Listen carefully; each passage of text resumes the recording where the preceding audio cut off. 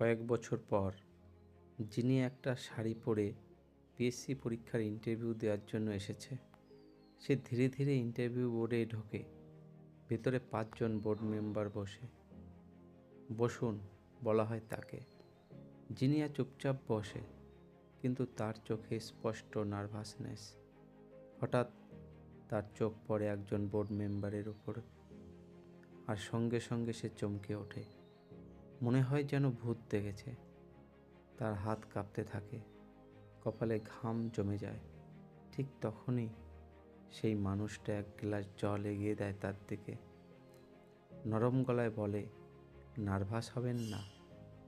জিনিয়া কোনোভাবে নিজেকে সামলে নিয়ে ইন্টারভিউটা শেষ করে দ্রুত বেরিয়ে যায়। বাইরে এসে আনমনা হয়ে হাঁটতে থাকে একা। ঠিক তখনই পিছন থেকে কেউ ডেকে ওঠে, জিনিয়া। সে থেমে যায়, ধীরে ধীরে পিছনে ঘুরে তাকায়, আর দেখে সেই মানুষটা প্রিয়াংশু। জিনিয়া অবাক হয়ে বলে, প্রিয়াংশু, তুমি এখানে? প্রিয়াংশু হালকা হেসে বলে, আগে বলো তুমি কেমন আছো। তারপর একটু থেমে, আর আমাকে এভাবে ছেড়ে চলে গেলে কেন? এই কথাটা শুনেই জিনিয়া ভেঙে পড়ে, হাউমাউ করে কাঁদতে শুরু করে। কাঁদতে কাঁদতেই বলে, আমি একটা অভাগা। যাকে আমি ভালোবাসি তারই অমঙ্গল হয়। আমি আমার মাকে খুব ভালোবাসতাম, কিন্তু একটা কঠিন রোগে তাকে হারিয়ে ফেলেছি। তোমার জীবনে যখন খারাপ সময় এলো, আমি ভেবেছিলাম সব আমার জন্য, তাই আমি তোমার জীবন থেকে সরে গিয়েছিলাম। জিনিয়া কাঁদতে কাঁদতে বলে, কিন্তু আজও আমি তোমাকে ভীষণ ভালোবাসি।